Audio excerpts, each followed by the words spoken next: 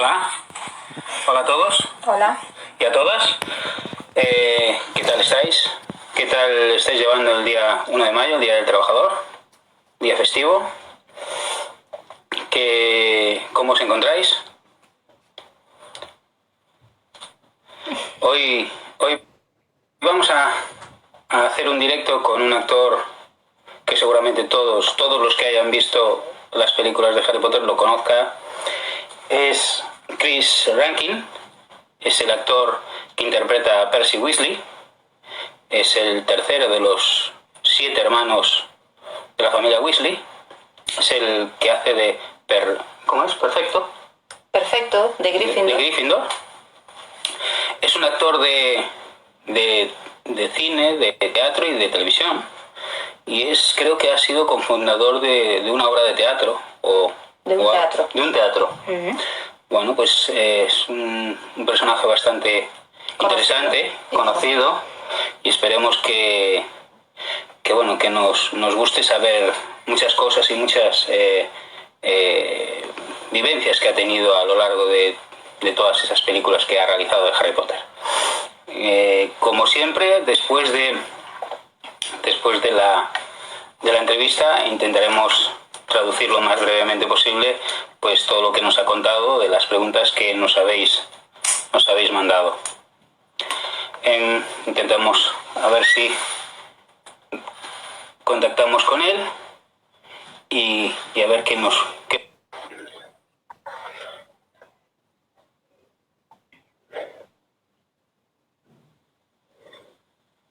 Hello. Hola. Hola. How are you? Hola. Fine. And you? Well, and you? Yeah, very good. Thank you very much. Very good. Thank you for having me. Well, thank you for having your time to be with us. Oh, it's a pleasure. It's a pleasure. Nice to talk to you. Do you speak any Spanish? No. No. All the interview will be in English. Yeah. And we'll translate at the end. Please. I can just about order a glass of wine, and that's about as far as I can go in Spanish. Well, it's something. It's an important thing, I think. Yes. Que se va a pedir un vaso de vino. Okay. Yo también lo sé pedir en inglés. Bueno, de cerveza. O de cerveza. Eso. Pint. A pint of beer. A pint of beer. Pint of beer, yeah. Well, thank you very much for being with us. It's a pleasure. Before we start the interview, we'd like to know how are you and how you're getting on the lockdown. We're doing all right here, actually. We started lockdown. My partner, Vanessa, has a condition called fibromyalgia, which means that her immune system isn't great at the best of times. So we started isolating about a week before everybody else in the UK did. So I think we're on week 6 now here. But touch wood, we're doing okay. Going slightly mad, but I think everybody is. So, yes. But yeah, all good. How are you guys? Are you doing well over there? Well, yeah, we've been now 49 days indoors. Wow. They didn't let us go out for walks or to do sport, or you can go out just for shopping or take the dog out. Yeah. But nothing else. And now tomorrow we start by times. Kids can go out in the middle day. Okay. And then under 70 can go out a little while in the morning or in the afternoon, only 1 hour a day. Yeah, that's kind So of where we're just we are. starting. Yeah, because I live in Wales, and in Wales we have a slightly different system to England. And I think our rules are slightly different, but we're allowed 1 hour of exercise from our home. So you can't get in your car and drive anywhere to go and walk the dogs. You have to, whatever you do, you have to go on foot from your front door. Yeah. Mm-hmm. Yeah, here the same. Yeah. Not go out of a kilometre from your home. Oh, okay. Oh, wow. Yeah. So see if it all finishes soon. So soon as it's safe to. Yes. Do you like the music? Yes, I love. I'm a very keen musician and singer, and all sorts of other. There's a piano. You can't see it, but the piano's here. And I don't play the guitar. It just looks nice. But I do play the violins. So. Que la guitarra queda bien, pero que toca violín y piano. Toca violín y piano, okay. Okay. Well, we've got a lot of questions on Facebook and Instagram. Yes, so we'll start. When you were 16, you sent a letter asking for the audition to play Percy Weasley. Can you tell us about the whole story? So, yes. There's a children's television programme in the UK called News Round, which is a news programme for children on the BBC. And one of the ways that Warner Brothers were looking to cast children for the Harry Potter films was through News Round. They wanted young people who liked Harry Potter but weren't necessarily professional actors or at a acting school or at a performing arts college or anything like that. They just wanted normal children, basically. Normal children. Yeah. And I was watching News Round this particular day. It was actually in the middle of April in the year 2000, so it was just 20 years ago, like a couple of weeks back. And they said, Warner Brothers are making this film of Harry Potter and the Philosopher's Stone. They're looking for normal people, normal kids who like Harry Potter and like acting, who might want to apply for a part in the films. And I saw this, and I thought, oh, that's cool. That sounds fun. And then a friend of mine that I went to school with, and I went to an acting acting club with, rang me and said that he was going to do it. And he also has ginger hair, and I think he's 2 or 3 years younger than me. And he said, I'm going to write in and ask to play Ron. You should do it. Why don't you do it as well? And I thought, well, who could I play? Like, I'm a bit old for Ron, and I'm ginger, so it's got to be a Weasley. There's only one of me. I was a prefect at school at the time. I was a school prefect at my school. I've got ginger hair, and I was 16 years old. And Percy is ginger and 16 and a school prefect. So I thought, well, Percy's the part that I'd be most likely to get.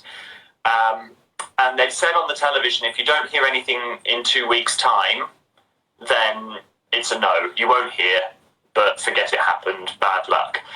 And I didn't hear back from them until the middle of August. So April, May, June, July, nearly 4 months. Wow. 4 months later, a phone call out of nowhere. Can you come to London tomorrow and audition for Percy Weasley, please? And I did. They sent me over a piece of script by fax, because it was on a fax machine. And they sent me through the scene where Percy takes the first years to the Gryffindor common room for the first time. The sort of keep an eye on the staircases this way, follow me. And I did that for the casting director in a tiny little room in London. And then they asked me to come back like 3 or 4 days. This was on a Thursday, I think, and they asked me to come back on the Tuesday. And I met Chris Columbus, the director, and David Heyman, the producer, and some of the other producers from America, and did the whole thing again. They said, thank you very much. And then I think about 3 or 4 days after that, I got a phone call saying, the part's yours, you need an agent, you need a lawyer, and you start next week.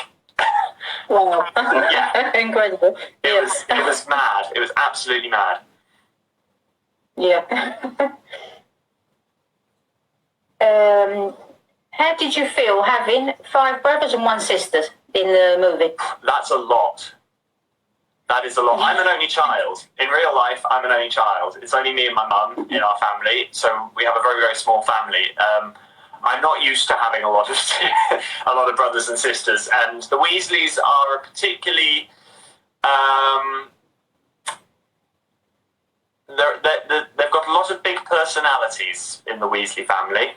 Let's put it like that. There's Ginny, obviously, who's the only girl and is, she's very shy in the first couple of stories and then becomes very feisty and fierce and a great role model for a lot of young women.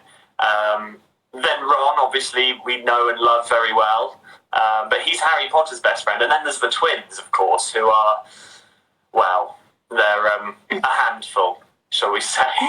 And then there's Bill and Charlie, who we don't really get to meet an awful lot of in the films, sadly. But yeah, it's wonderful. The Weasleys are they're a great family to be a part of. It's a lot, but Percy's probably the quietest one out of them, I'd say. But yeah, they're a fab bunch. Yes, well, we like them a lot, yeah. Good. Yeah. I like them too. Is it true they took 20 minutes doing your hairstyle for the second film? More than that. More than 20? Like 40 odd. It would take 40 minutes easily, which is ridiculous. I mean, it's looking quite. I've got what we call quarantine hair at the moment, in that I can't go and see a hairdresser. But I mean, this is what it looks like normally. So this is how I would turn up to work on the Chamber of Secrets in the morning. Then put loads of product in it, do this to it for 40 minutes, blow dryers, curlers, hair grips and all sorts, and it would come out looking exactly the same as it did when I went to it. But obviously just exactly how they needed it, because we filmed that particular scene took 2 weeks to film. So there's a lot of work goes into making sure that amount of crazy looks exactly the same for 2 weeks, you know. I really do need a haircut. Look at the state of it. Yeah, I think we all need to go soon. Chris, could you describe us who is Percy Weasley? So Percy is... I like Percy a lot, and I know a lot of people aren't... He's not everybody's favourite character, Percy. He's complicated. He's very bossy. He is very he's what we call a do-gooder. He likes rules. He always does what's right, and he'll be the first person to tell you when you're breaking a rule and doing something wrong. But I think the thing that people don't see a lot about Percy is that where he sits in the family, he's the middle child. He's the one that kind of, I think, gets forgotten about quite a lot. Especially when, like I was saying earlier, you've got such big personalities in that family. You've got the twins who are funny and sarcastic and rebellious, but yet very successful at what they do, and very entrepreneurial and clever. Naughty, yes, but very, very clever. You've got Ron, who's Harry Potter's best friend. I mean, that's pretty cool to start with. You've got Ginny, who's the only girl in the family, apart from Mrs. Weasley. And then you've got Bill and Charlie, who are, I think, at least one of them was a head boy before Percy was. They were certainly both prefects. They were both very, very clever, and they've both got very, very exciting and important jobs in the Wizarding world. And then there's Percy, who's kind of in the middle. And I think people think that Percy is very clever and very boring. And I think Percy isn't as clever as everybody thinks he is. And my thinking for that is that he spends all of his time studying. He works very, very, very hard to do as well as he can. It's not something that comes naturally to him. And I'm very fond of him. I think he's very complicated. And I think when he goes the wrong way in the stories, sort of from the end of the fourth book into the fifth book, when he goes to work for the Ministry of Magic and kind of leaves his family behind and is, well, honestly, he's horrible to his family for quite a long time. I think the way his brain works is that he sees that the ministry are the people who are in charge, and in his brain, the people who are in charge are the people who must know what's best for us. And that's what he follows, and he doesn't understand, and it takes him a while to realise that the ministry have been fooled, and they're telling us the wrong thing. And he does the bravest thing, Percy. He does the bravest thing that anybody can ever do, and that's admit that he was wrong. In the seventh book, when he comes back and says, "I'm sorry, I was wrong," that is the most brave thing you can ever do in life, regardless of defeating Voldemort and all of that. Admitting when you're wrong is an incredible strength to have. So I'm very, very fond of Percy, not just because he's I might have a favourite because I've got to know him very well over the last 20 years. But he's a good one, really. Right. I could talk about Percy for days. Honestly, there's a lot to him. So. We love it. Which was your best years of Hogwarts? Oh, I don't know. I worked on those films for 11 years. I had a couple of years off in the middle because I wasn't in the Goblet of Fire film and I wasn't in the Half-Blood Prince film. So I had maybe 2.5 years on and off in the middle where I wasn't there, but from start to finish, it was 11 years. And it's hard to pick a particular one because certainly for the first 3 and then for the last 2, we just kept filming. So it's not really like it was the first film and then the second film and then the third film. It was just work. We just kept going and kept going. I think my 2 favourite ones would be Chamber of Secrets, because I'd gotten used to what we were doing by then. The first film, I'd never worked on a film set before. I'd never seen a film camera. I'd never had a paid job before. Harry Potter was the first job I ever had. And so it was scary when we started because and I think it's the same for a lot of us, we just didn't know what we were doing. We were just, young children and young adults who were kind of pretending to be actors and pretending to be wizards at the same time. But by the second film, we'd got used to what was going on and we were sort of more comfortable with it, and we had a bit more, I certainly had a lot more fun on the second film because I understood what we were doing then and I could relax more.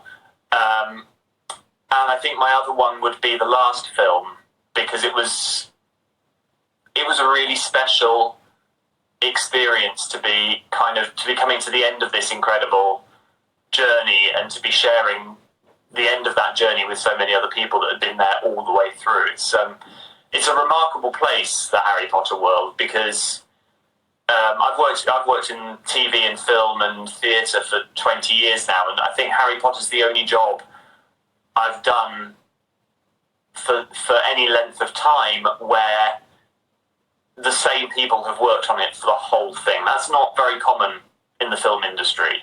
You do the job, it lasts 8 or 9 months, and then you take the next job you possibly can straight after that and you go on to something else. So, the turnaround of crew and cast is always quite high. But Harry Potter, there are still people now, in fact, the majority of the crew that work on Fantastic Beasts films were working on Harry Potter 20 years ago, and that's incredible. So I think I think between the second film, which was just a lot of fun to make, and the last film, which was a really special and emotional and sort of happy time to be spending with people, it'd be one of those 2.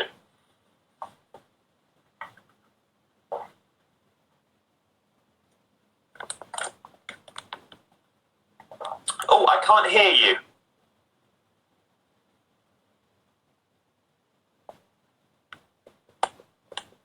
Nope. Your volume. I can't hear you at all. This is very weird. What's happened? Is it me? No.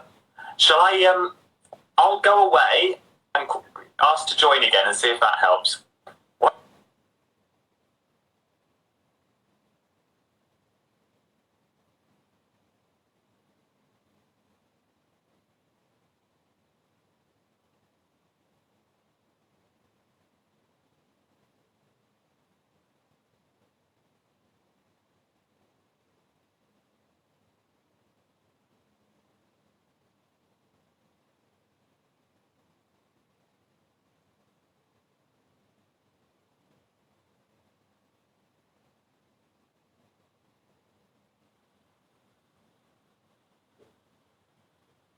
can't hear you. I still can't hear you.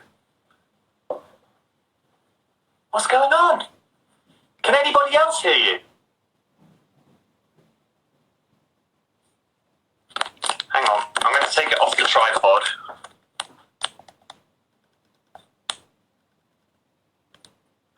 I can't hear you guys. This is really weird.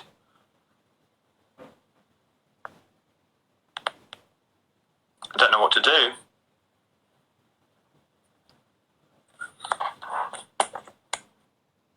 Había algo mal, creo que en nuestro sonido. Sí, en nuestro sonido, que no se escuchaba. No nos escuchaba nadie, ni él. Ni él. Entonces, esperamos. A ver si podemos volver a retomar la conversación con Chris. Y a ver si funciona el sonido.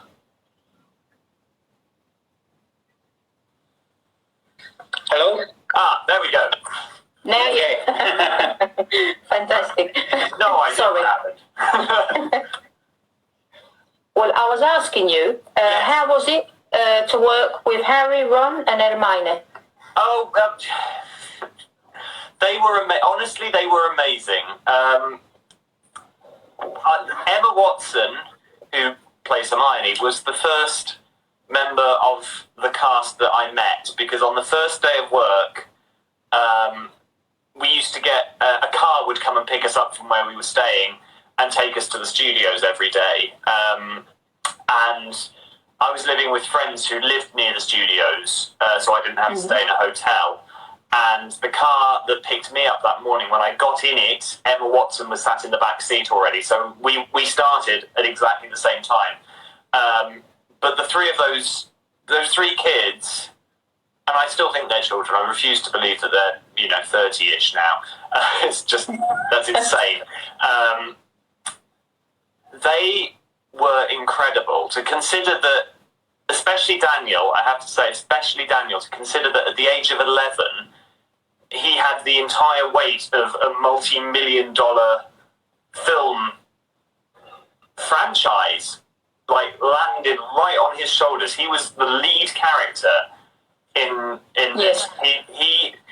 He was amazing, and I have so much admiration for Dan that, in 11 years of working on Harry Potter, and in 20, he's one of the most down-to-earth and level-headed people that I've ever had the pleasure to work with, and he will know everybody's name on that set. He will remember everybody, and he'll have something to talk to everybody about, regardless of whether you're the person who owns Warner Brothers or you're the person who empties the bins at the end of the day.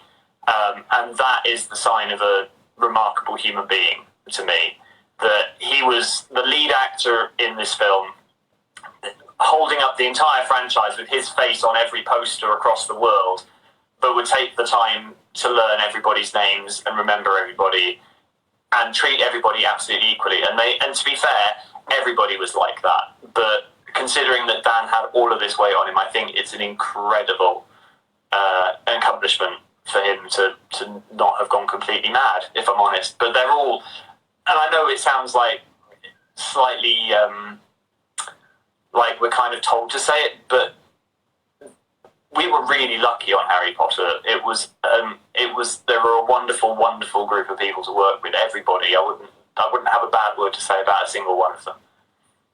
Mm-hmm. Right.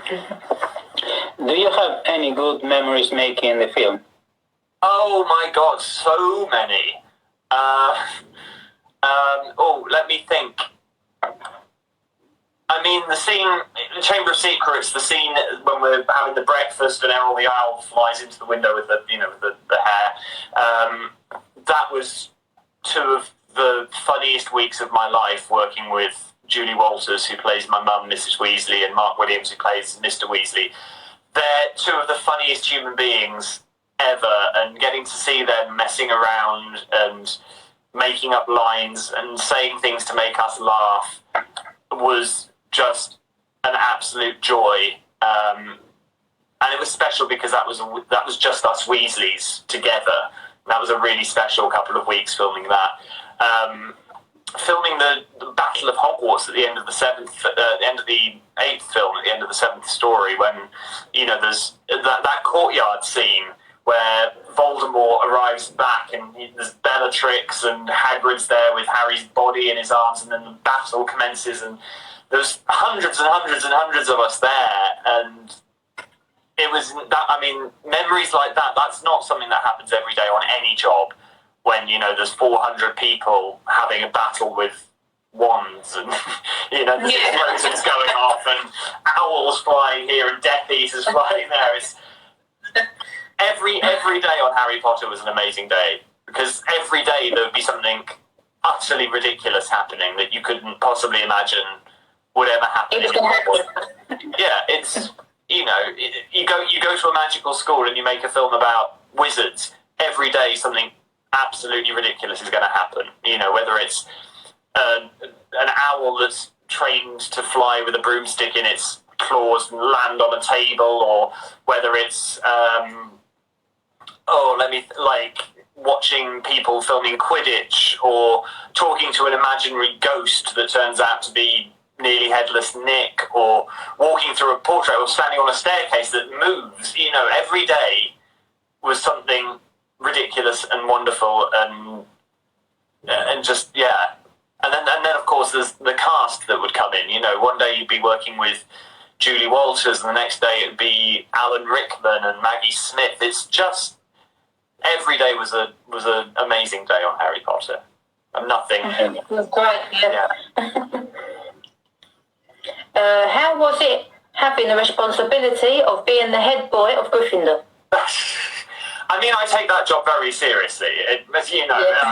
And the funny thing is, I think, is that because of the ages we were at the time, and the way that, because I turned 17 about 2 months into filming, so I didn't have to go to school like the rest of the kids did. I was one of the children, but I was not a child, if that makes sense.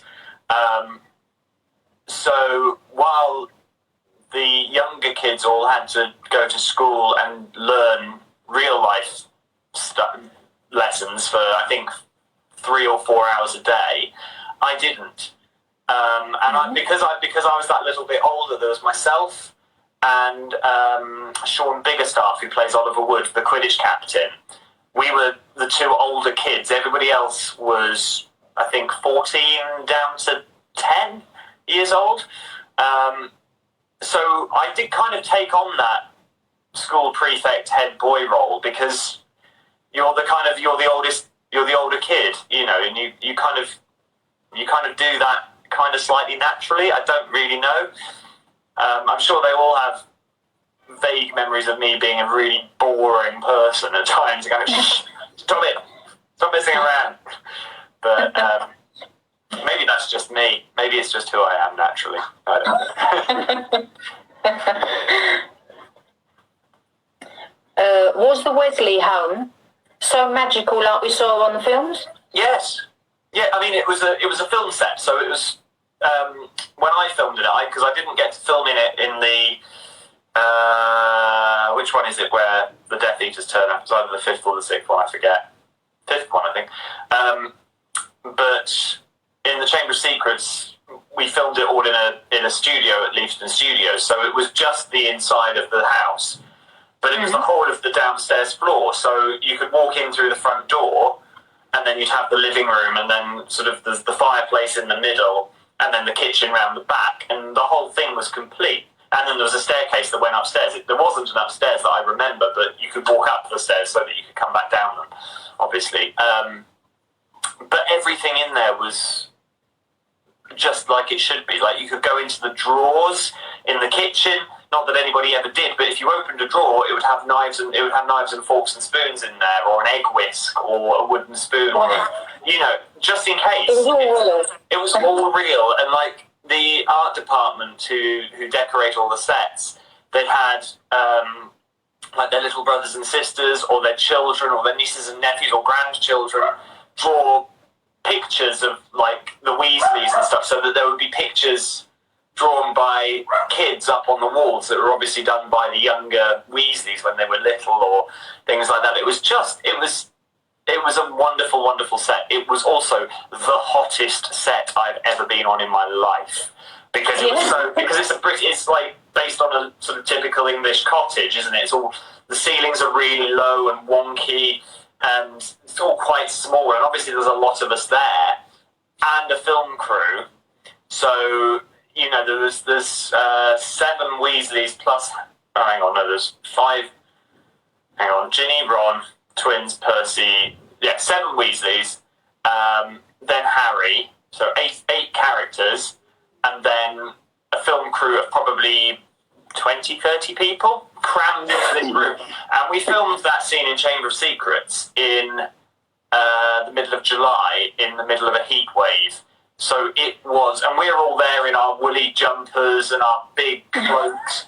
I remember just absolutely roasting and eating cooked breakfast all day. It was an amazing set. It's still one of my favourites. You go in there and you feel like you're in somebody's home. It's wonderful. Very cosy. Oh yeah, like the seat, like the little armchairs that are all old and squashy, but just you can curl up in them and fall asleep. It was one. Yeah, it was. Did you have the chance of keeping something of the sets? Not really. We all tried, but you're not allowed to take anything. And I know we all tried to take something. Some people did. Some people got away with it. On the second film, I took my Weasley jumper home. My knitted Mrs. Weasley jumper with the big P on it for Percy. And I got back to the hotel I was staying in, and that evening the costume department rang me on my mobile phone and asked me if I'd seen my jumper because they couldn't find it anywhere. And because I'm a good, honest boy, I told them it must have accidentally fallen into my bag, and I took it back the next day. I have in the other room, I have all my scripts, every letter, every call sheet, every piece of paper that Warner Brothers and Harry Potter ever gave me is in a box in the other room, and that's mostly it. Somewhere I have a pair of shoes that Percy wore in the Ministry of Magic, but nobody ever sees those because they were, down there. Yeah, you can see them. So they're wonderful. They're from Top Man. They're nothing particularly special or unique, but they're special. I do have a copy of I've got Percy's wand over here, but it's not the real one. Hang on. I've got the one that you can buy from the shops that is Percy's wand. All right. Yes. But yeah, it says made in China on the back, so I don't think it really counts. So.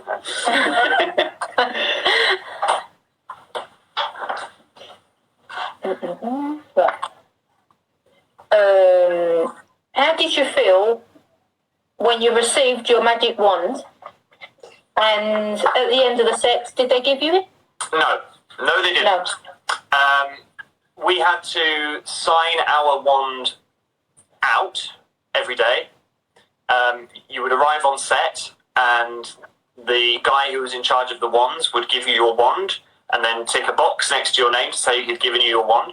If you left the set, like if you went to the toilet, if you went to make a phone call, you had to give your wand back, and he would tick that you'd given it back, and then you'd take it back. So wands, I think, were one of the easiest things they thought people would steal, because it's cool, isn't it? Everybody wants to take their wand. So they were guarded like they were, I don't know, the crown jewels. They were so well looked after, and every single one had like a little itemized number attached to it so that they could say this, Percy's wand lives in this rack here, and Harry's in this one, and everybody's wand had its place, so they would know if there was a wand missing. I didn't actually get given a wand until we were filming the Battle of Hogwarts on the Deathly Hallows, because I never needed one. You never see Percy doing magic before that, so yeah, it was quite exciting to actually finally get given a wand, and even more exciting now that it's a thing and you can actually buy it in the shops and stuff. That's pretty cool. Yes, it is. Who was your favorite brother or sister? You can't ask that. That's not fair. Well, you can say all. I mean, I should say all of them. I was... all of them. All of them. They, like all families, I think, there's things you like and there's things you don't like about all your brothers and sisters. I don't really know. I don't have any, but, you love them all, but occasionally they all annoy you in their own little ways, don't they? And I'm sure they'd say the same about me. Which is your favorite character of Harry Potter film?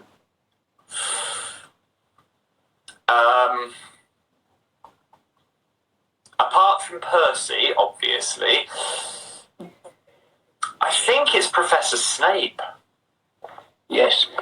I think, again, a very misunderstood character, and I'm glad that at the end of the day we got to see why he was such a horrible person. But he's such a well-written character.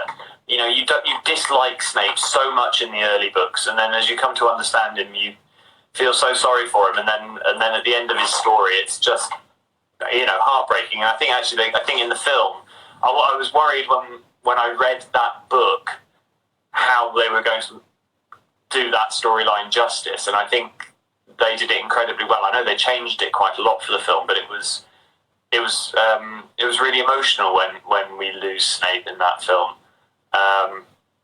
So yeah, I think Snape. It would be between Snape, who is an incredible character, and Umbridge, who is an awful character, but such a well-written and well-conceived character that you just hate her so much that she's one of my From the beginning to the end. Yeah, she's just. I've never read a book and wanted to punch somebody in a book so hard. And that's. It doesn't make her a good character, but it makes her a really great character, if that makes sense. Yes. Did you meet J.K. Rowling? Yes, a few times actually. The first time I met her was my first day on my first day working on Harry Potter. Everybody's at the start of the film, we'd have a what they call a table read, which is essentially where we all sit down around a massive table and read the script from start to finish as a full cast. And that was everybody's first real day, I guess. It was the first time we were playing our characters, and it was before we'd started any of the actual filming.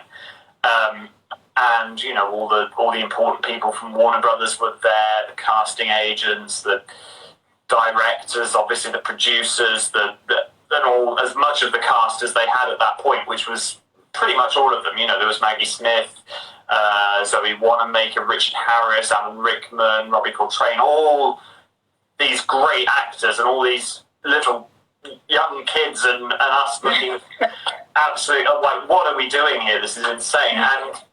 And obviously Joe Rowling was there as well, and I'd met her then a few times after that, obviously at premieres and things like that, and parties and various things, and she'd come and visit the set, and she's an incredible person to meet and talk to. She's her brain is always working and always thinking and always switched on. She was really, really lovely when I first met her. I remember the first time I met her, I went up to say hello, obviously, and kind of go, "It was so nice to meet you." And the first thing she said, she looked at me and went, "Well, you must be Percy Weasley then." And I remember sort of just melting a little bit and going, that's recognition. This is actually happening. J.K. Rowling has said, "You're Percy," so it's real. She's a fascinating woman. Mm-hmm. Who was more terrifying, Umbridge or Voldemort? Umbridge. Voldemort's evil. Voldemort is, he wants to take over the world. He's a power crazy lunatic. Umbridge is nasty. She enjoys, I don't think Voldemort necessarily, I don't think he necessarily enjoys killing people, but he's doing it because that's how he's getting to where he wants to be. Whereas Umbridge enjoys hurting people, and she enjoys making people feel pain, and that's infinitely worse, I think. Yes. Yeah. How did you feel when Fred died in the movie?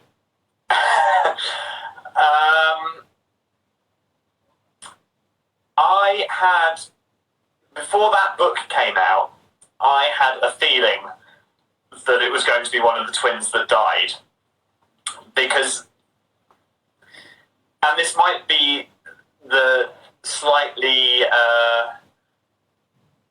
cynical person who enjoys theatre and who enjoys drama, but it seems too good to be true to have two twin brothers that everybody likes so much as characters and not kill one of them. Like, you know, it's almost a waste of such an incredible storyline to not kill one of the pair. You know, the emotional stuff that's attached to that is great storytelling. So I had a feeling it was coming when the book came out. I didn't know which one, but it was, obviously we didn't film it the same way that it's written in the book. In the book, Percy is much more involved in Fred's death, and actually we actually see Fred's death, which we don't in the film. But I think that we achieved a greater sense of emotion by seeing the shock and the grief of discovering that Fred has died, rather than the sort of, well, it would be the, you know, sort of dramatised, slightly over the top death of a character. I think you can achieve more by what you don't see than by what you can. So I think they handled it quite well in the film. It was a really weird film really weird scene to film. Mostly to watch James and Oliver performing it. You know, it's all very well for me to stand there and, you know, act being sad that my dead brother's lying on the floor, but he's not my brother. Whereas, you know, that was James, Oliver's actual twin brother. That's a really big emotional thing for them to experience. So sort of being witness to that was quite a special and moving moment. Yeah, it was. I'm glad we got to do it in a way that worked for the film. Yes. The Salted Hat put you in Gryffindor. Did you feel identified, or would you prefer being another house? Well, Percy, I can answer this two ways. So Percy, I think, is complicated. I think Percy could have been a Slytherin, because if you look at the characteristics of Slytherins, they're very ambitious and will do anything to achieve what they set out to achieve. Percy is incredibly ambitious, but the one thing that saves Percy and makes him a Gryffindor is his bravery that we see in Deathly Hallows, when he does the bravest thing he can do, as I said, and apologises and admits he was wrong. Quite why the Sorting Hat put him in Gryffindor at such a young age, I don't know, but maybe the Sorting Hat knows things about people that they don't know about themselves. I, on the other hand, am a Ravenclaw. I am full of useless information, very good on a pub quiz. I'm somewhere between a Ravenclaw and a Hufflepuff in real life. Yeah. Right. Actually, do you have any contact with any of the Weasley family? On and off, yeah. I mean, not regularly necessarily. It's a funny thing, isn't it? It's you know, you work together for a long time, and there's absolutely no animosity between any of us. We've all gone and done our own things, you know. I think out of all of them, I'm most, and not massively often, in touch with Rupert.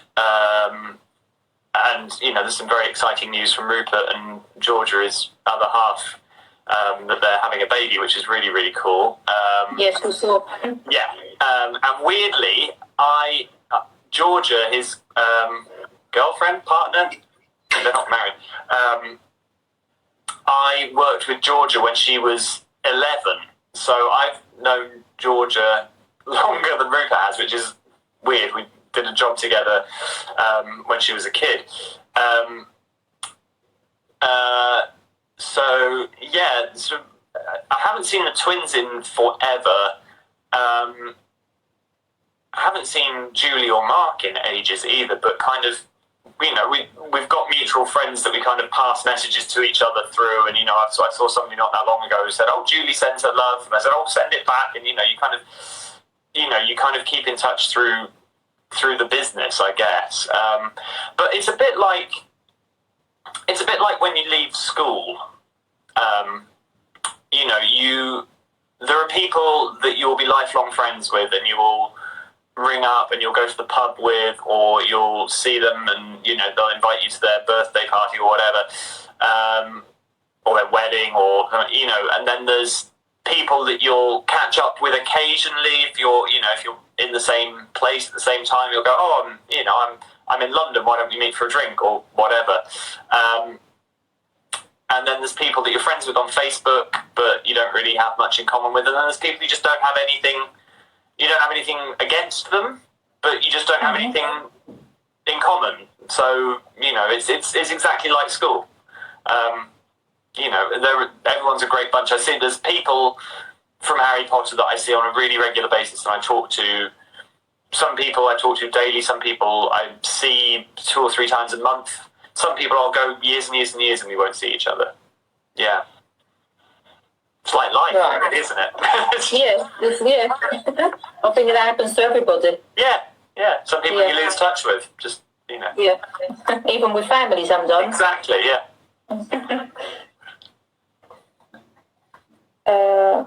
What did you feel the first time you had to cross the platform 9 3/4? Cold. That's how it felt. Yes.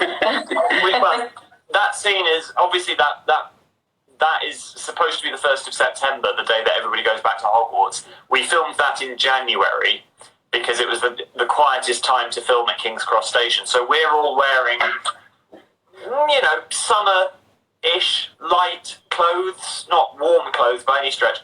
And if you've ever been to a train station in London in the winter, you will know that the cold goes through your body. It is that bad. So when you see us all there trying to look all natural with our trolleys and everything, we are freezing to death. We've all got, you know, hand warmers and feet warmers tucked in, and somebody's just off camera with a hot chocolate ready for us when we're finished. But that was a really fun scene to film because it was one of the first scenes that we'd filmed where the public could really see what we were doing. Because we were at King's Cross Station in London, which is, and it was obviously, you can't shut King's Cross Station, it's a national terminal. So we filmed 4 Sundays in a row, because Sunday's obviously the quietest day, and they could allow us to use a couple of the platforms without disruption. But the station was operating, so we'd have to walk through the station in our costumes, and there was camera crews everywhere, and people from the papers with, you know, paparazzi and fans of Harry Potter looking to see what was going on. It was madness. And we filmed over 4 Sundays to get that scene, because we had to keep stopping every 2 or 3 minutes as well, because there'd be that kind of ding, ding, ding, train arriving on platform 4.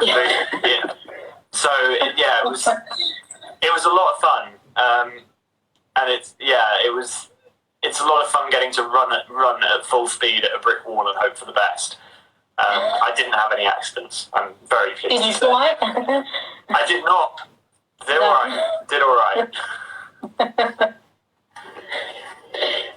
Chris, did you like working for the Ministry of Magic?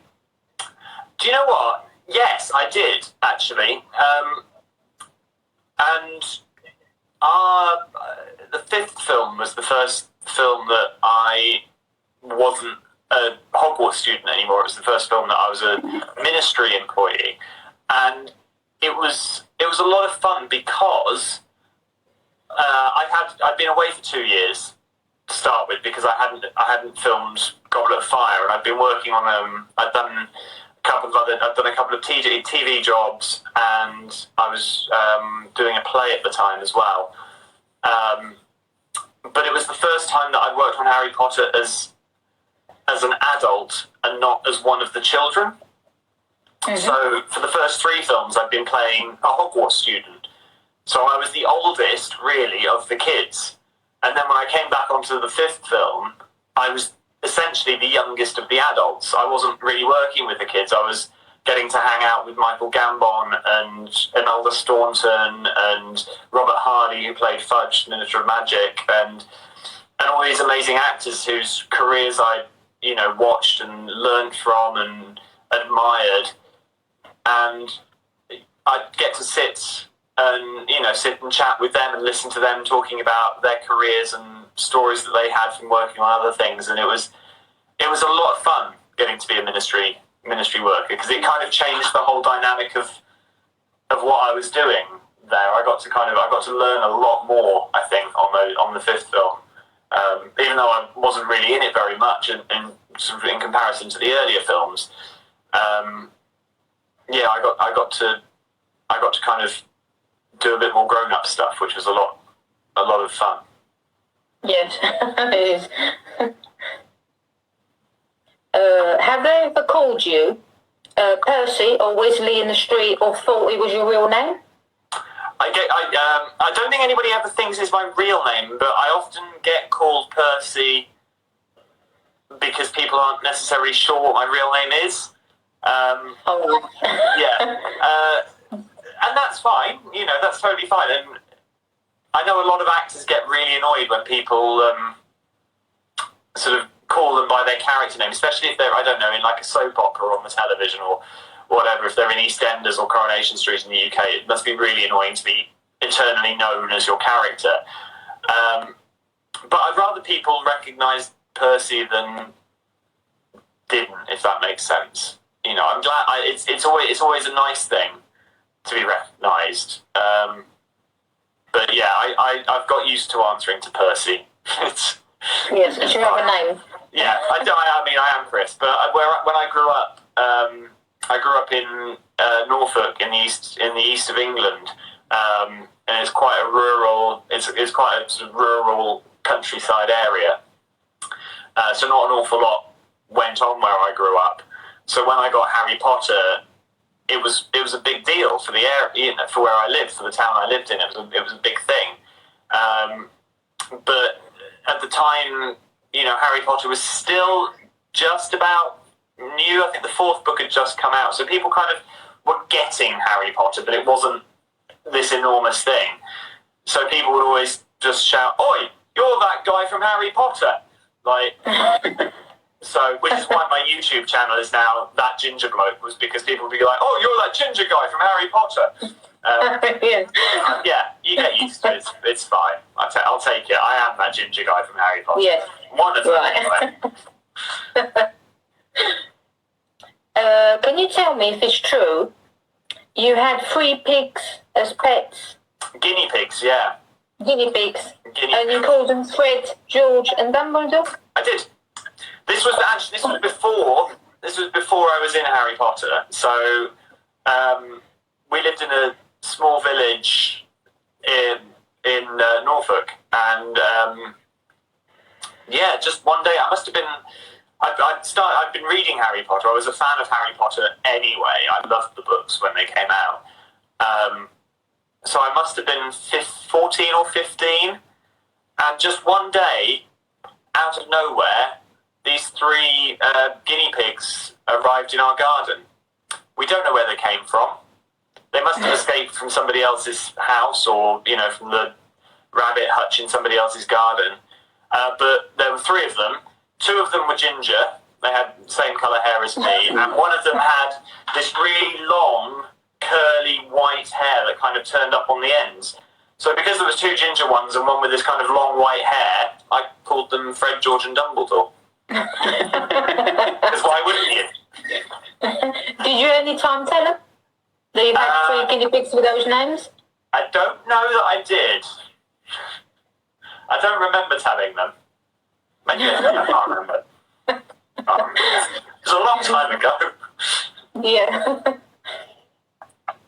Where do you feel most comfortable? Acting on TV, in the theatre, or in movies? In the theatre. Yeah. Acting on screen is, for me, a very technical process. I love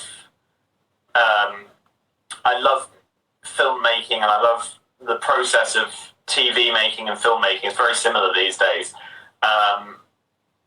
And everything that goes into creating what you see on your screen and on your TV.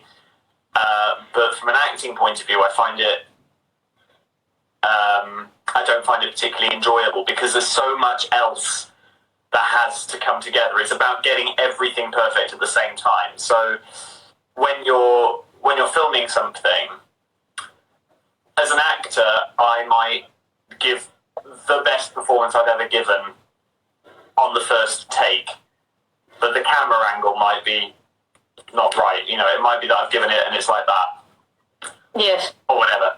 So you have to do it again. And you keep doing it again and again and again until it's perfect. But trying to get everything to line up perfectly is the talent and the amazing skill that's involved in filmmaking. Mm-hmm. And I love that as a filmmaker, and I've worked in TV and film production behind the camera for the last 7 or 8 years now. But as an actor, the thing I enjoy the most is standing up on a stage in front of a live audience and telling a story from start to finish in the best way you can, and knowing that you'll be doing that every night for as long as it goes on for. Could be months, could be years, and each single time it will be very, very slightly different, and that's magical. And there is nothing more magical for me than, as an actor, as a performer, than being on a stage in front of a live audience and knowing that what we're all experiencing, even if it's I don't know, like a play that's been running for years and years, or a musical in the West End that's been running for years, you could go and see that show 3 nights, 5 nights, 10 nights, every single night, and it would never be exactly the same. And that's exciting, that when you're in that room on that night, you're seeing something completely unique. And it's it's a really special experience. Very magical, yeah. Yeah, love the theatre is an incredible place, and it's it's very strange at the moment. Obviously, with all the theatres being shut, it's very weird. We need somewhere to perform. Yeah, from your home. Well, I'm trying, you know. Yeah. If I shout loud enough, the neighbours will have to deal with it. But yeah. You were behind the scenes of Downton Abbey?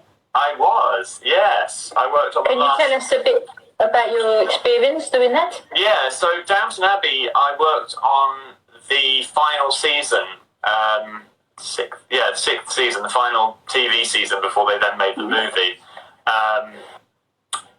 My job was on that film, I was what's called the assistant production coordinator. So I work for the producer in the producer's office and basically organise the various things that have to happen in order for a film crew to go and do the job that they need to do. So it's a desk job. You sit behind a desk with a telephone, your computer, and a lot of paper, and make sure that everybody has everything they need in order to do the job. And that includes all sorts of things from sorting out the contracts for the actors. So the casting director will tell you that they found the actor, and then you deal with their agent to make sure that the contracts are signed and that the actor has their script, knows when they've got to be at work, gets called in to have their costumes fitted. You talk to the costume department and the actor to make sure all these things are happening. You sort out the transport, the hotels for the actors. You deal with if the lighting department need to order something.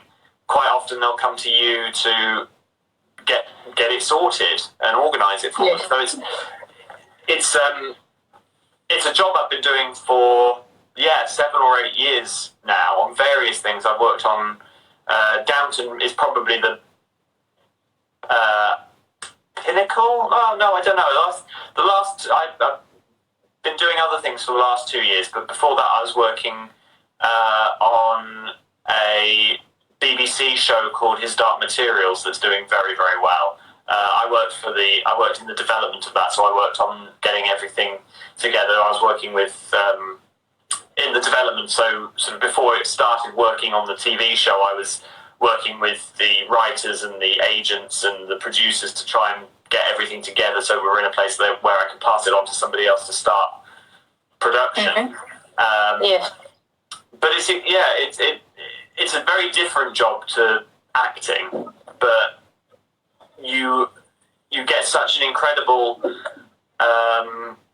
sense of achievement from being involved sort of across the entire scale of everything, that when like watching Downton Abbey back and knowing, you watch a scene and you think, I found the company that we hired those cars from, so if I hadn't have found that company and spoken to that guy and made that deal, then they wouldn't have had that vintage Rolls Royce that they're driving in, or whatever it is. It's you get so involved in all the tiny little things you don't even think about when you watch a TV show. You take, there's so much that you take for granted when you're watching TV that or a film that goes into making it. That I love it. All the work behind. All the work behind, yeah.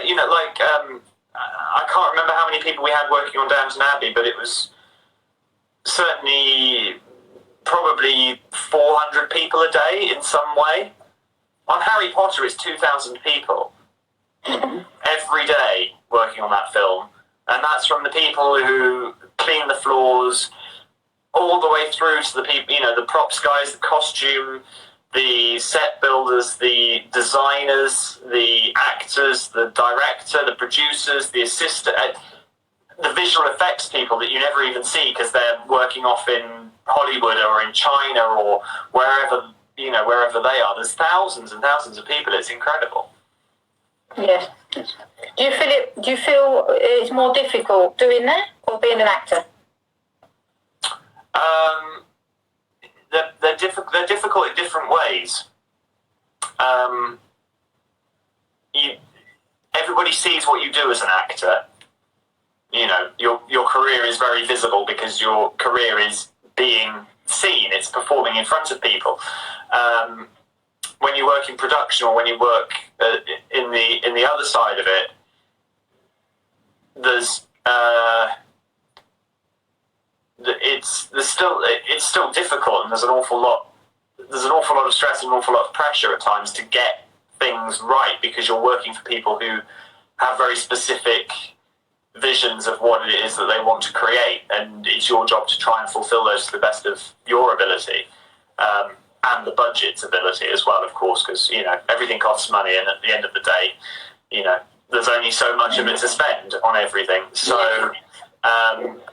So it's a challenge. They're different challenges, but they're both very rewarding in their own way. Right.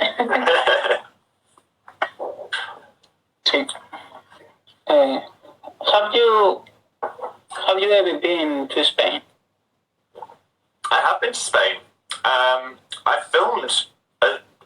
spent a few days filming a TV show there oh goodness, it was one of the things I did when I wasn't doing Goblet of Fire. So around 2004, I did a TV drama about people who've won the Victoria Cross, which is a medal given to British forces, British Armed Forces, for incredible achievements. It's the highest honour you can possibly get, and it's very, very occasional. It's not something you get every day. It's a very, very special award. And I was filming a drama about people who'd been awarded the Victoria Cross Medal, and we filmed in. Oh goodness. We were somewhere in. Remember, the town was called Otche. It was a cave town, and I think it was somewhere not far from Granada. Probably. Granada, yeah, probably about 2 hours in from. It was in the mountains, and it was one of those beautiful towns where everybody lives in caves in the hillside. Absolutely. La Alhambra or Almeria. It was around there. It was a little town called Otche, Orce, but where exactly it was, I can't remember, but it was beautiful. And then I've been to a few places. I've been to stayed. I've got friends who have an apartment near Malaga that I've stayed in a few times. Never been up to northern Spain though. I'd love to. I was supposed to be at an event in Spain, actually, in a couple of weeks' time, and I don't think that, obviously, under the current climate, I think that's probably going to be postponed. But yeah, I love Spain. It's a beautiful, beautiful place. Well, you have to come to the north where we are. I would love to go to the north. I would absolutely love to. It's very different. It's very different to the south, isn't it? Oh yeah. We were going to have as well 2 events of Nicolas Flamel of Fantastic Beasts. Yeah. He was going to come the 14th of March, but we had to cancel it. Yeah. He was going to come to sign at the shop. And now, day 16, Victor Krum was going to come. Stanislav Janeski is one of my favorite people. He's lovely. He's one of weirdly, we never really worked together on Harry Potter, but he's one of my favorite people from Harry Potter, and we're really good friends. I love Stan. Well, he was going to come day 16, and we'll propose it for September probably, but we have to see how all this gets on. Yeah. So we'll look in the future if you could come. Well, if you ask, I'm sure I'll say yes. Sure. We'll have to talk about it. Yes, definitely. And the last question, can you tell us about your next projects? Oh, well, I don't really know at the moment, is the honest answer. Because here we are, we don't know what's going on. At the moment we don't know when the theatres are going to open, we don't know when TV and film work is going to start up again, so it's very hard to say. I split my time these days between performing, producing, directing. I directed a short film for the BBC 2 years ago, and I'm hoping to direct something later this year as well, depending on when we are allowed to, see other human beings again in real life. I run a theatre company in Wales where I live. There's all sorts going on, but at the moment, I don't know when it's all going to start up again. So watch this space, I guess. Yes, have to wait and see what happens.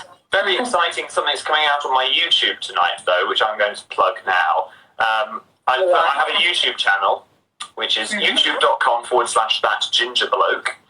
And I put a lot of videos of me singing songs on there, from musicals, from pop songs, all sorts of things. But I had an idea to do a song where the chorus and the backing singers are made up of people from all over the internet. So I put a call out on social media a couple of weeks ago and asked people to send in them singing the harmonies to a song called Any Dream Will Do from Joseph and the Amazing Technicolor Dreamcoat, which is a musical that everybody's vaguely familiar with. And I had 46 people send in videos. So I've created a video of me singing the main part and 46 people singing the backing part, and it's amazing. So that's going on my YouTube at 8 p.m. UK time tonight. Tonight. Oh, we'll have a look. Yeah. Yes. So I'm really pleased with that, and yeah, really, it was amazing that so many people sent in contributions to it. So maybe I'll do another one of those. Yeah, at the moment we're all trying to make our own entertainment, aren't we? So it's yes, we are. Yeah, so it's an interesting time. It's an interesting time. Yes. Well, that's all for now. Well, thank you very much for your you time. guys. Thank you for having me, and it's lovely to see lots of people commenting in here. And yeah, well, hopefully we'll get to see you in Spain when this is all over. Yes, we'll contact you and see what we can do. Fantastic. I'll look forward to it. We'll take care, guys. And you. Lots of love. Thank you. Thank you. Bye-bye. Bye. Love. Bye-bye. Pues cortamos. Vamos a cortarlo. Sí, bueno, esta ha sido la entrevista con Chris, espero que os gustase. En breve cortaremos el directo para poder volver a retomarlo, para poder traducir a español. Porque sabéis que los directos en Instagram son de 1 hora máximo, y creo que con la cantidad, sí, estamos al límite, con la cantidad de preguntas que nos habéis enviado y que teníamos en mente decírselas a Chris, a Percy, pues se nos viene el tiempo encima. Entonces, en breve cortaremos y volveremos a retomar el directo para traducir todo lo que nos ha contado. Nos vemos ahora. Nos vemos en nada. Un minuto. Un minuto. Lo que tardemos en volver a conectar.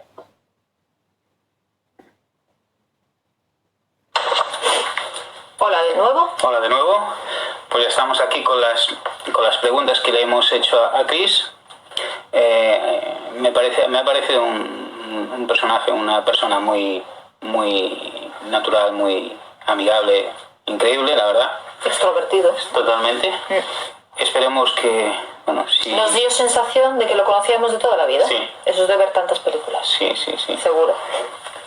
Pero bueno, yo creo que todos al final, todos los que han hecho o han participado en las películas de Harry Potter se sienten amigables, naturales, o sea, no sé, es parte de un poco de la historia de los libros, de la televisión, de las series, de un poco de todo. Bueno, pues empezamos le preguntamos qué tal se encontraba. ¿Cómo? ¿Qué? Hello again. Hola. Le preguntamos qué tal se encontraba, si estaba bien, cómo lo estaba pasando esta cuarentena. Y dijo que llevaba una semana más que en tierra porque su pareja era de riesgo, entonces decidieron quedarse una semana antes en casa. Y bueno, lo está llevando. Nos pregunta también cómo estábamos nosotros y cómo estábamos en España. Sí, cuando le dijimos que llevamos ya 49 días, pues se asombró y dijo que bueno, que a ver si esto, que crucemos los dedos y a ver si esto acaba pronto. Bueno, también le preguntamos, la primera pregunta que le hicimos, cuando tenía 16 años, envió una carta pidiendo la audición, y si nos podía contar un poco de cómo fue eso.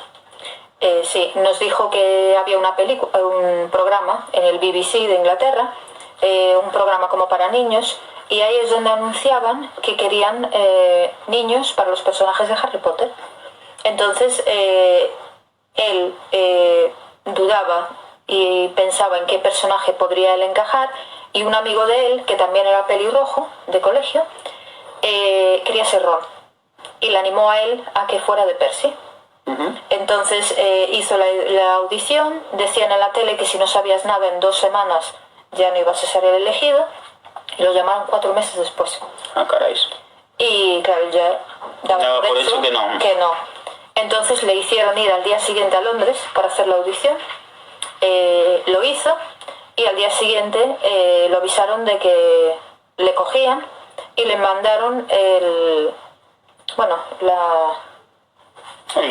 guión, bueno, lo que él tenía que practicar por fax, de aquella. Y nada, y le dijeron eso, que se tenía que buscar un agente, todo, que una semana empezaba. Y claro, él venía del colegio, o sea, no tenía experiencia ninguna. Bueno, tenía la suerte de que ya en el colegio de Hogwarts también había otro cole donde le daban clases, o sea que, bueno, no perdía mucho. Dejaba el cole para empezar en otro cole. También le preguntamos qué sintió teniendo 5 hermanos y una hermana. Y nos comentó. Nos comentó que era muchísimo, que él es hijo único, vivía con la madre y que no estaba acostumbrado a tener hermanos. Y que era una locura, y que cada hermano era diferente. Ginny se la veía súper tímida, después no, Ron era el mejor amigo de Harry, cada uno tenía su personalidad, los gemelos muy extrovertidos, bromistas, y dijo, bueno, como toda la familia, a veces los amas y a veces los puedes matar, igual. Pues sí. También le preguntamos que la peluquería, bueno, a él le preparaban, creo que tardaba 20 minutos, o decían que tardaba 20 minutos en prepararle su peinado. Así medio despeinado, medio alborotado, y nos contó que 20, a veces hasta 40 minutos. 40 minutos, le ponían rulos, le quitaban, le pasaban el secador, le secaban para aquí, para allá, le echaban eso, y dijo que casi salía igual. Sí, pero que no lo entendía muy bien, porque ya nos explicó él que haciendo así, tras, ya estaba despeinado. Pero bueno, también le preguntamos cómo era el personaje de Percy, cómo era su personaje, si no lo podía describir o... Nos dijo que le gustaba muchísimo ese personaje, cree que es una persona muy complicada, a su vez estricta, le gustan las normas que obedezcan, pero él también hace siempre lo muy correcto. recto. Y que cree que al ser el hermano mediano, ni era de los mayores ni de los pequeños, que como que estaba, bueno, que la gente como que se olvidó de él, cree.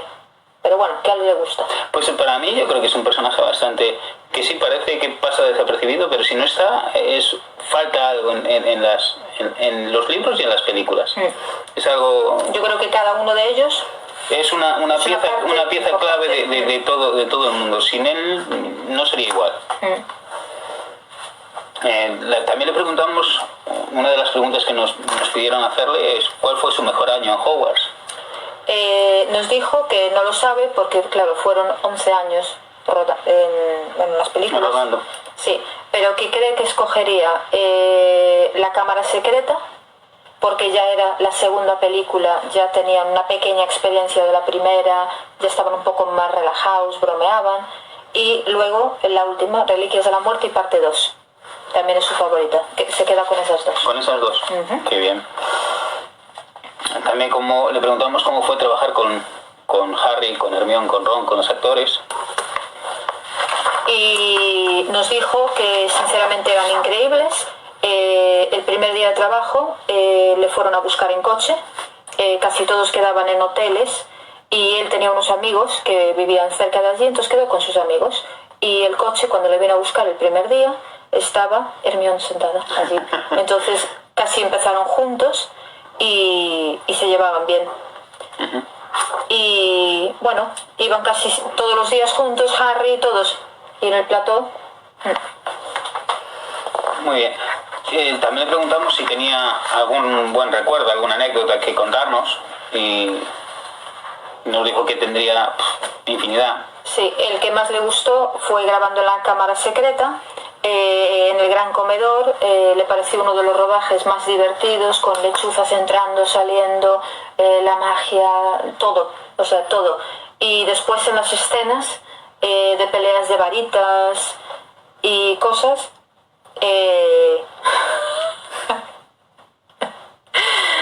y eso, que cada día era algo diferente y nuevo. También le preguntamos cómo es la responsabilidad de un prefecto Prefecto de Hogwarts, de Gryffindor, perdón, y nos dijo que se lo tomó muy en serio, que además él, al tener 17 años cumplidos, no estaba en el grupo de los pequeños, que sí que tenían que ir a clase todos los días, entonces, y tampoco era de los mayores, entonces como que se sentía responsable de tú, no corres, tú, no sé qué, ya era él así. Sí. Y bueno, que tuvo ese papel de ser el prefecto de Gryffindor, que cree que le encajó muy bien. También le preguntamos por la madriguera, por la casa de los Weasley, si era tan mágica como parece en las películas. Y dijo que sí, que totalmente. Era dentro de unos estudios y era como la planta baja de una casa, con todos los muebles, incluso abrían los cajones y hasta tenían sus cubiertos, todos los detalles. Y incluso había una escalera, pero subías y no iba a ningún sitio. Nada. Pero bueno, dijo que podías subir y bajar, hacer que ibas a algún lado. Y que pasaban una calor horrible. Sí, porque era en verano, ellos con toda la ropa, las túnicas, los jerseys de lana, todo. Eran siete hermanos, más los padres, más unos 20 o 40 de grabación, sonido, luz, y que eso era un horno. Pero que el sitio, impresionante, que parece la típica casita, no sé. ¿Una típica casita? El cottage. Dijo que era muy parecido a las típicas casitas que tienen techos de paja. Inglesas, sí, los cottage. Muy así. Le preguntamos si pudo conservar algún recuerdo de las películas y nos comentó. Nos dijo que en realidad no se debería, pero hubo gente que lo intentó y gente que se lo llevó. Y nos dijo que en la segunda peli se llevó el jersey que le regaló la madre con la P de Percy. Y que cuando llegó al hotel le llamaron por teléfono. Que tenía que devolverlo. No, si había visto el jersey, se lo dijeron más tarde. Y dijo, uy, se me cayó en la bolsa. Y lo devolvió al día siguiente. Pero que se quedó con unos zapatos que usó en el Ministerio de Magia. No se ve porque siempre se le veía de cintura para arriba. Y bueno, unos zapatos normalitos, pero que los tiene. Ajá. Bueno. Lo que sí que se quedó es con todas las cartas que recibió de Warner, de la producción de Harry Potter. Tiene todos los guiones, todo guardado en una caja. Muy buen tesoro. Tiene todo guardado como un tesoro. Y nos enseñó su varita, pero es comprada en los estudios. Sí. No es de la película. Que la podéis comprar, si os ha gustado. Es una varita muy bonita, ¿eh? Muy bonita. Le preguntamos también cómo se siente cuando le dieron su varita y si se la pudo quedar. No. Bueno, dijo que no se lo dieron al principio porque él no usaba varita en ninguna de las secuencias. Hasta la última, pero cuando había el momento del señor famoso que viene con la maleta y da las varitas, lo fichaban. Pues Harry, le di la varita a Harry, lo marcaban. Si querías ir al baño, devolvías tu varita, ibas al baño y volvías. Si querías hablar por teléfono, llevaban todo. O sea, creían que lo que más se iba a robar o llevarse eran las varitas, pero claro, se llevan otras cosas. Sí. También le preguntamos, bueno, una de las preguntas que nos han pedido hacerle es ¿cuál era su hermano o hermana preferida? Y nos dijo que esa pregunta no se hace. No se puede decir en una familia porque podría haber, entre magos podría haber muchas disputas. Y que se quedó con todos. Sí. No eligió a ninguno. Le preguntamos cuál era su personaje favorito de todas las películas. Dijo que empezando, Percy. De primero, Percy es su personaje favorito.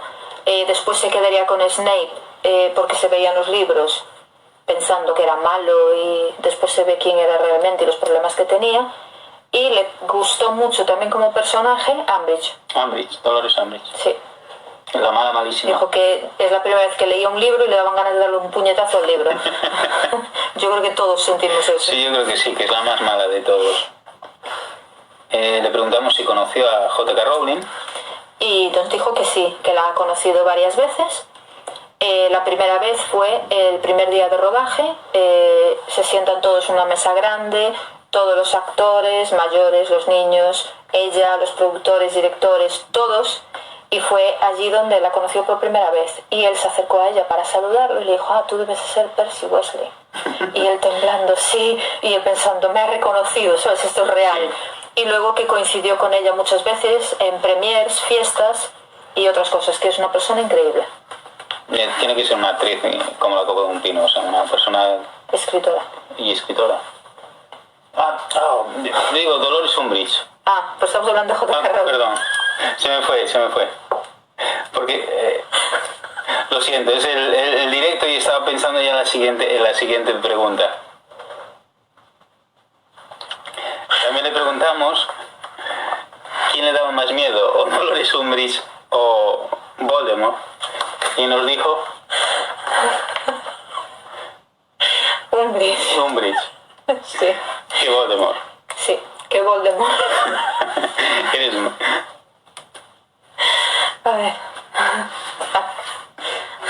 También otra de las preguntas que le hicimos fue cómo se sintió cuando muere Fred en las Reliquias de la Muerte. Nos dijo que él ya se lo olía. Antes de que saliera el libro pensaba que algo así iba a pasar, porque dos grandes personas como los gemelos tenía que tener un pequeño final así trágico. Lo pasó mal, pero cree que realmente quien no pudo haber pasado peor era el gemelo, George. También le preguntamos es que el sombrero le seleccionó en Gryffindor, pero de no haberle seleccionado en Gryffindor, ¿dónde le hubiera gustado? Dijo que es complicado, que él cree que podía haber sido un Slytherin. Por su ambicioso, Sí. por ser ambicioso. Sí. Pero después pensó que el sombrero pues podría ver más cosas de lo que puedan ver otras personas y su valentía, entonces por eso lo convirtió en Gryffindor. Pero él como persona se identifica con Ravenclaw, Con Ravenclaw. incluso Ravenclaw con Hufflepuff. O sea que... También le dijimos si sigue en contacto actualmente con la familia Weasley. Y dijo que sí. Bueno, cada uno está a lo suyo, pero sí tiene momentos de mandarse mensajes o hablar o ver que uno va a ir a Londres, pues tomamos algo. Y con quien no tiene tanto contacto es con Ron. Y bueno, nos dijo que va a ser padre dentro de poco. Sí. Y eso, que el tiempo pasa volando porque ya van para 30 y que él aún no piensa que son como niños. La verdad que sí. Le preguntamos también qué sintió la primera vez que tenía que cruzar la plataforma 9 3/4. Nos dijo que, bueno, como sabemos que se grabó en la estación de tren de King's Cross y que fue en enero, que hacía muchísimo frío, pero muchísimo frío. Nosotros hemos estado en diciembre y hace frío. Y los carros que sujetaban estaban congelados como si fuera hielo y claro, tenían que ir grabando y repetían y había un fallo, solo cerraban algunas plataformas y cuando estaban grabando se escuchaba el tren qué, entonces tenían que pararlo, porque claro, no pueden parar toda la estación y que a veces alguno esperaba con un chocolate caliente. También le preguntamos si le gustaba trabajar en el Ministerio de Magia, si le gustó trabajar en el Ministerio de Magia. Y dijo que sí, que la primera vez que trabajó en el Ministerio de Magia era en la 5ª película y que como ya no era el estudiante, él se veía el más joven de todos los señores mayores de allí. ¿Sabes? Como que no acababa de encajar ni en un lado y en el colegio era el más mayor de todos los niños. Sí. Pero que le gustó mucho. También le dijimos si alguna vez por la calle lo confundieron y en vez de llamarlo por su nombre, si lo llamaron por su apellido, Percy o Weasley. Y dijo que sí, no tanto Weasley, pero sí Percy. Que él no se lo toma mal, que hay otros actores que si lo llaman por el papel que ha hecho les parece mal, pero él no, él lo tiene como otro nombre. Muy asumido, como un segundo nombre. Sí. Y que en el pueblo donde él vivía antes, cuando lo escogieron para el papel de Harry Potter, le decían, tú eres el pelirrojo de Harry Potter, lo llamaban. Entonces, que no le parecía algo normal y habitual, común, muy común. También él es un amante de los animales y tiene 2 perros. Tiene 2 perros y tuvo 3 cobayas. 3 cobayas. A las cuales les puso, le preguntamos si era verdad, si les puso Fred, George y Dumbledore. Porque nos lo puso alguien y claro, no sabíamos. No sabíamos que era amante de los animales y que aparte tuvo 3 cobayas y les puso ese nombre. Y le preguntamos si fue verdad. Dijo que las 3 cobayas aparecieron en su casa y no saben de quién fue, no sé de quién eran, ni si se escaparon o... Bueno, él las adoptó, se quedó con ellas y como él ya era fan de Harry Potter, 2 de ellas eran pelirrojas y dijo Fred y George. y el tercero tenía pelo blanco así largo y era Dumbledore.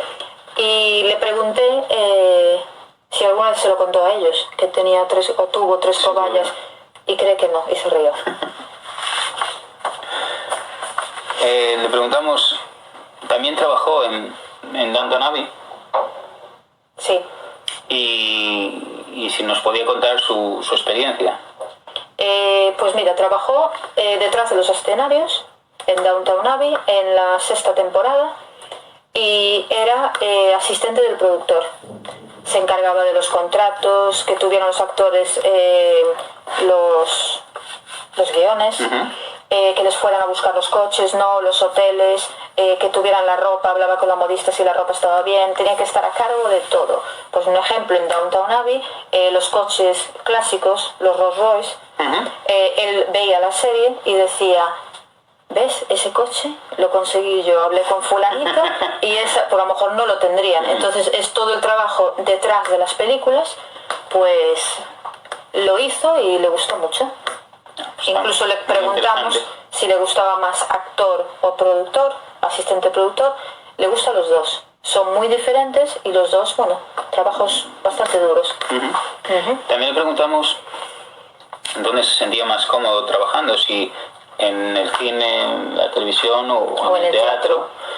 Y nos dijo que el cine y la televisión son muy parecidos, es un trabajo muy técnico y que tanto en el cine como en el teatro, yo lo que entendí, corrígeme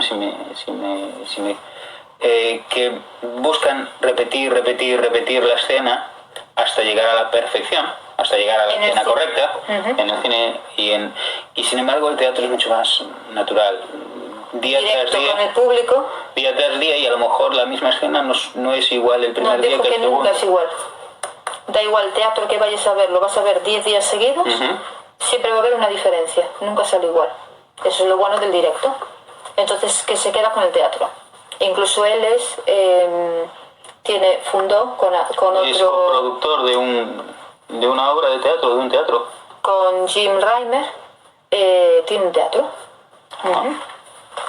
También le preguntamos si os conocía España, si había venido alguna vez.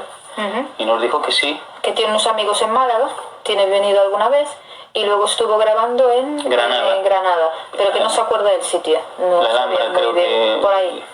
Que había dicho. Y también le preguntamos si en un futuro le gustaría venir a la tienda. Y nos dijo que sí. Que sí. Si lo invitamos. Que si lo invitamos, que viene. No hay ningún tipo de problema. Entonces eso es otra cosa para apuntar en la agenda. Crucemos los dedos, que esto acabe pronto y todos volvamos a la normalidad y podamos seguir con los eventos. Seguir con los eventos y con todo lo que teníamos en mente en la tienda. Y le preguntamos si nos podía adelantar sus nuevos proyectos. Y nos dijo que ahora mismo no, como está todo parado y los teatros todos cerrados, pues que de momento no hay nada en concreto programado. Está haciendo cosas desde casa y hace 2 semanas hizo un llamamiento de un musical, una canción, para que gente mandara sus vídeos a él cantando partes de la canción o toda la canción. Entonces le ha hecho un montaje en YouTube, en su canal. Y hoy a las 8 hora Inglaterra, aquí es a las 9, lo va a emitir. Entonces lo podéis ver. Y dijo que sale muy bien. Él canta la parte principal y luego, pues 40 y pico desconocidos, tiene el montaje cantando con él. Entonces, bueno, me parece bastante... Un proyecto muy interesante. Sí. Entonces, bueno, en esta cuarentena todo el mundo tiene que pensar cosas para hacer. Pues este ha sido el directo y la traducción de la entrevista. Espero que os gustara la entrevista, que os guste lo que hacemos, que veo que los mensajes que recibimos, que sí, que sigamos haciendo esto, que os gusta. Intentaremos seguir haciéndolos. De momento estamos pendientes de que otros actores nos contesten. Y estamos pendientes del gobierno. De ver cómo esto va acabar. Tenemos muchas ganas de volver a la tienda. Sí, de volver muchísimas. De volver a tener contacto con vosotros, no solo aquí, sino físicamente en la tienda. Como el teatro. Sí. Igual. Y nada, y disculpar cuando nos equivoquemos o cuando nos riamos y estas cosas, porque son cosas de directo. Son los nervios que a nosotros también nos vienen, y estamos siempre nerviosos cuando sobre todo tengamos contactar con actores y sobre todo yo, que mi inglés es muy básico. Bueno, pero has mejorado, ¿eh? Sí. Después de 49 días. Bueno, pues ya puedo sobrevivir en Londres si si voy solo. No. Bueno, pues nada, espero que tengáis un buen fin de semana, que disfrutéis, que estar todos muy pendientes de este día que nos dejan salir un tiempo. Mañana. Que lo hagáis con mucha prudencia, que os cuidéis mucho y nada, esperemos veros pronto, si no es aquí, en la tienda. Un beso, que tengáis un